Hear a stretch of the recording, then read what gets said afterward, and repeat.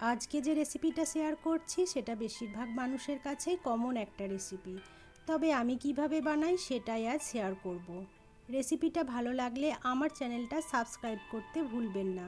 তো আলু দিয়ে চিকেনের এই পাতলা ঝোলটা বানাবার জন্য আমি প্রায় 1 কেজি মতো চিকেন নিয়ে বেশ পরিষ্কার করে ধুয়ে নিয়েছি। এখন এতে 1 চামচ নুন, 1 চামচ মতো পাতিলেবুর রস আর 2-3 চামচ সর্ষের তেল দিয়ে বেশ ভালো করে ম্যারিনেট করে মাংসের অন্যান্য জোগাড়গুলো রেডি করব। প্রথমেই আমি একটা মশলা বানিয়ে নিচ্ছি। 1.5 ইঞ্চ পরিমাণ আদা, 10-12 কোয়া রসুন, 2টো শুকনো লঙ্কা আর 2টো টমেটো নিয়ে মিক্সিতে একটা স্মুথ পেস্ট বানিয়ে নিচ্ছি। মশলাটা রেডি হয়ে গেছে। এবার কড়াইয়ে বেশ কিছুটা পরিমাণ সর্ষের তেল গরম করে দুভাগ করে কাটা কয়েকটা আলু তেলে ভাজতে দিলাম। 1/2 চামচ নুন যোগ করলাম। 2 থেকে 3 মিনিট সময় নিয়ে আলুগুলো তেলে বেশ ভালো করে ভেজে তুলে নিলাম। আমি এই রান্নাটা সর্ষের তেলেই করছি।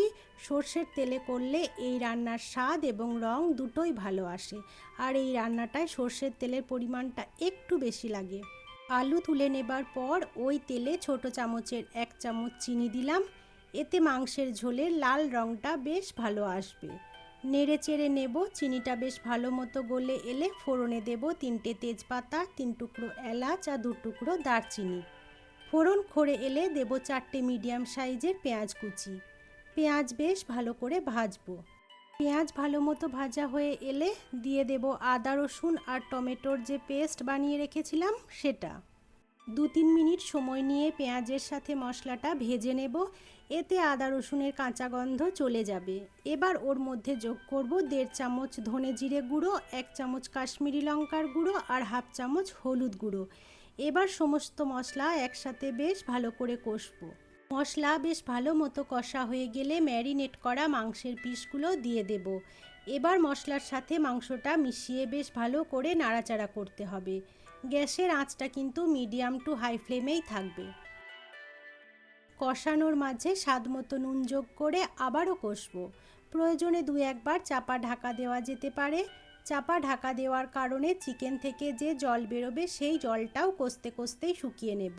মোটামুটি 15-16 মিনিট আমি মাংসটা মিডিয়াম আঁচে কষবো। এবার ওর মধ্যে ভেজে রাখা আলুগুলো দিয়ে দেব। আলুগুলো দিয়ে আবারও 5 থেকে 7 মিনিট মাংসটা ভালো করে কষবো। কষানো হয়ে গেছে। এবার আমি মাংসটার মধ্যে জল যোগ করব। আমি এখানে নর্মাল টেম্পারেচারে জলই যোগ করছি। যেহেতু ঝোল রাখবো তাই একটু বেশি জল যোগ করছি।